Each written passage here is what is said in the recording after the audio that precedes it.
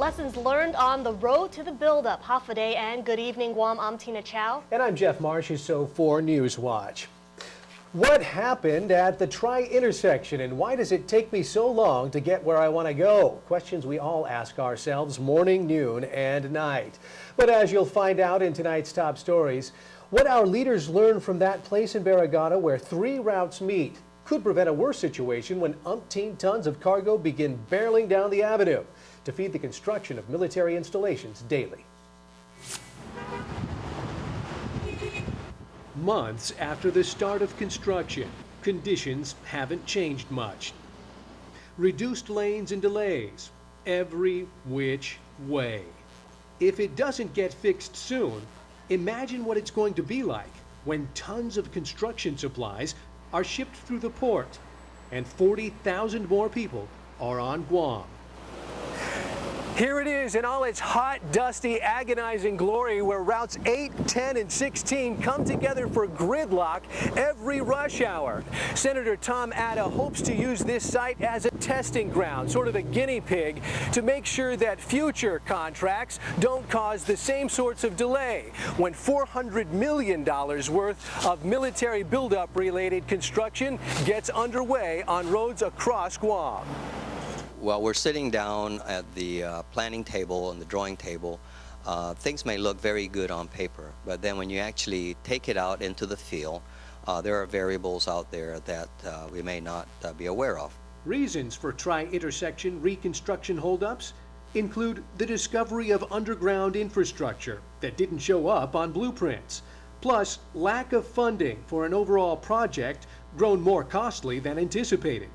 And with so many major arteries being totally rebuilt all over Guam, there's the sticky issue of how to pay for the timely replacement of utilities and the reconstruction of new rights of way. GWA, GPA, we have, over $1 billion worth of construction over the next 5 to 10 years, and you can't. I think it's going to be very difficult to just kind of coordinate the timing of those projects with road projects. It's very difficult to do that. What lessons have we learned from this particular project that we will then be able to apply to the $400 million worth of road construction that is down the road? Then there's the matter of a lawsuit that's now stalling $100 million worth of critically timed Phase 1 master plan upgrades at Guam's only commercial port. A port that will be the only known practical means of shipping in tons of construction supplies for the buildup. From the port through Guam's highways and byways, it's a point A to point B flow problem that may be understandable given Guam's scant resources, but unacceptable when you consider what's at stake. Imagine the scenario: heavy trucks carrying dense cargo and demanding roads that can withstand one punishing payload after another, constantly for years on end. More cars than ever flooding Guam's already jammed up highways. Guam thoroughfares, shipping hub, and other infrastructures now nowhere near ready for the onslaught of traffic to come. They need to work together so that we can modernize the port,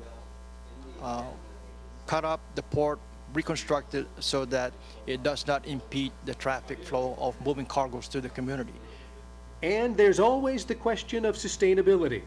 Can GovGuam, its taxpayers and utility users, bear the cost of upgrades without sufficient U.S. help?